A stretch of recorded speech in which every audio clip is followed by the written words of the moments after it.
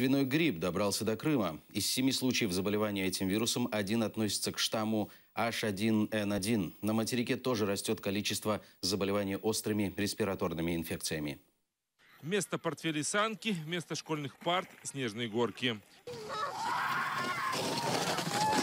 Из-за вспышки ОРВИ в учебных заведениях Херсонской области, Одессе и Ивано-Франковске ввели карантин. Дополнительные каникулы появились и у киевских школьников. Я провожу время вот здесь, в парке, катаюсь на горке, на санках. У меня еще дома лежат лыжи и лежит тарелка. Потом будем наверстывать уроки, мы делаем. Мы вот утром встали, уже сделали все, что нам задали. Несмотря на карантин в школах, ситуация в Киеве ухудшается с каждым днем. Уже к концу недели в городе ожидается эпидемия гриппа. Такие темпы распространения вируса врачи объясняют нежеланием людей вакцинироваться. Но сейчас это уже не поможет, считают врачи.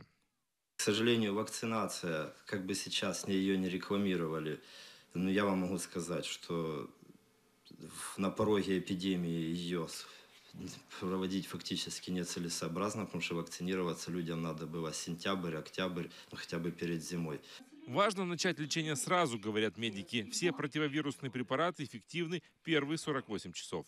Нема нічого страшного, якщо одразу при відчутті людини, що вона починає хворіти, прийняти противірусний засіб.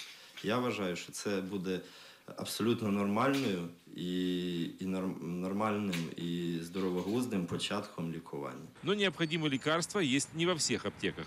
А что еще противовирусное есть? А вот этот самый популярный, который Тамифлю. На складе нет.